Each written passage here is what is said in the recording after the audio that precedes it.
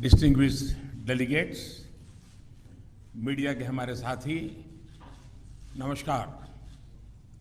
सबसे पहले मैं प्रधानमंत्री बोरिस जॉनसन और उनके डेलीगेशन का भारत में हार्दिक स्वागत करता हूं।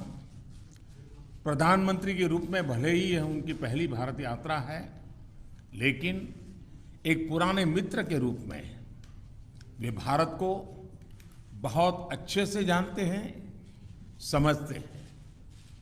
पिछले कई वर्षों से भारत और यूके के संबंधों को मजबूत करने में प्रधानमंत्री जॉनसन की बहुत महत्वपूर्ण भूमिका रही है। इस समय जब भारत अपनी आजादी का अमृत महोत्सव मना रहा है, प्रधानमंत्री बोरिस जॉनसन का यहाँ आना अपने आप में एक ऐतिहासिक पल है। और कल तो पूरे भारत ने देखा है कि आपने अपनी भारत यात्रा का शुभारंभ साबरमती आश्रम में महात्मा गांधी को श्रद्धा सुमन अर्पित करके किया।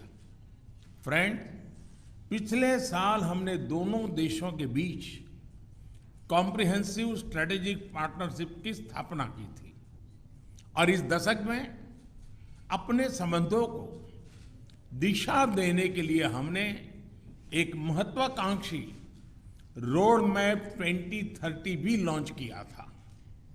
आज की हमारी बातचीत में हमने इस रोड मैप में हुई प्रगति को रिव्यू भी किया और आगामी समय के लिए कुछ लक्ष्य भी तय किए। फ्री ट्रेड एग्रीमेंट के विषय पर दोनों देशों की टीम्स काम कर रही है। बातचीत में अच्छी प्रगति हो रही है और हमने इस साल के अंत तक एफटीए के समापन की दिशा में पूरा प्रयास करने का निर्णय लिया है। पिछले कुछ महीनों में भारत ने यूएई और ऑस्ट्रेलिया के साथ फ्री ट्रेड एग्रीमेंट का समापन किया है। उसी गति, उसी कमिटमेंट के साथ हम यूके के साथ भी एफटीए पर आगे बढ़ना चाहेंगे। हमने रक्षा क्षेत्र में सहयोग बढ़ाने पर भी सहमति व्यक्त की है। रक्षा क्षेत्र में मैन्युफैक्चरिंग, टेक्नोलॉजी, डिजाइन और डेवलपमेंट सभी क्षेत्रों में यूके द्वारा आत्मनिर्भर भारत के समर्थन का हम स्वागत करते हैं। फ्रेंड्स, भारत में चल रहे व्यापक रिफॉर्म्स हमारे इंफ्रास्ट्रक्चर मॉडर्नाइजेशन प्लान और नेशनल इंफ्रास्ट्रक्चर पाइपलाइन के बारे में भी हमने चर्चा की। हम यूके की कंपनियों द्वारा भारत में बढ़ते निवेश का स्वागत करते हैं और इसका एक उत्तम उदाहरण हमें कल गुजरात में हालोल में देखने को मिला। यूके में रहने वाले 1.6 मिलियन भारतीय मूल के लोग समाज और अर्थव्यवस्था के हर क्षेत्र में सकारात्मक योगदान कर रहे हैं। हमें उनकी उपलब्धियों पर गर्व है और इस जीवंत सेतु को हम और मजबूत करना चाहते हैं। इस दिशा में प्रधानमंत्री जॉनसन ने निजी रूप से बहुत योगदान किया है। इसके लिए मैं उनका अभिनंदन करता हूं। फ्रेंड्स, हमने ग्लासगो में आयोजित COP26 में लिए गए संकल्पों को पूर्ण करने के लिए अपनी प्रतिबद्धता जताई। आज हमने अपने क्लाइमेट और एनर्जी पार्टनरशिप को और अधिक गहन करने का निर्णय लिया। हम यूके को भारत के नेशनल हाइड्रोजन मिशन में शामिल होने के लिए आमंत्रित करते हैं और हमारे बीच स्ट्रेटेजिक टेक डायलॉग की स्थापना का मैं हृदय से स्वागत करता हूं। फ्रेंड्स, आज हमारे बीच ग्लोबल इनोवेशन पार्टनरशिप के इम्प्लीमेंटेशन अरेंजमेंट्स का समापन एक बहुत महत्वपूर्ण पहल साबित होगी।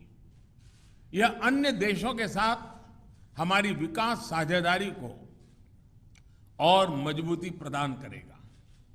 इसके तहत तीसरे देशों में मेड इन इंडिया इनोवेशंस के ट्रांसफर और स्केलिंग अप के लिए भारत और यूके $100 मिलियन तक को फाइनेंस करेंगे।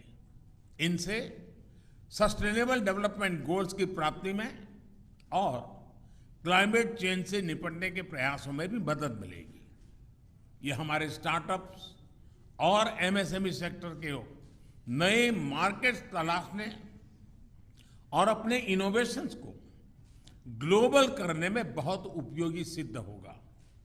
फ्रेंड्स, हमने क्षेत्रीय और वैश्विक स्तर पर हो रहे अनेक डेवलपमेंट्स पर भी चर्चा की। एक free, open, inclusive and rule based order पर आधारित इंडो पैसिफिक क्षेत्र बनाए रखने पर हमने जोर दिया। इंडो पैसिफिक ओशन इनिशिएटिव से जुड़ने के यूके के निर्णय का भारत स्वागत करता है। हमने यूक्रेन में तुरंत युद्ध विराम और समस्या के समाधान के लिए डायलॉग और डिप्लोमेसी पर बल दिया। हमने सभी देशों की क्षेत्रीय अखंडता और संप्रभुता के सम्मान का महत्व भी दोहराया। हमने एक पीसफुल, स्टेबल और सिक्योर अफगानिस्तान और एक इंक्लूसिव और रिप्रेजेंटेटिव गवर्नमेंट के लिए अपना समर्थन दोहराया। यह आवश्यक है कि अफगान भूमि का प्रयोग अन्य देशों में आतंकवाद फैलाने के लिए नहीं होना चाहिए।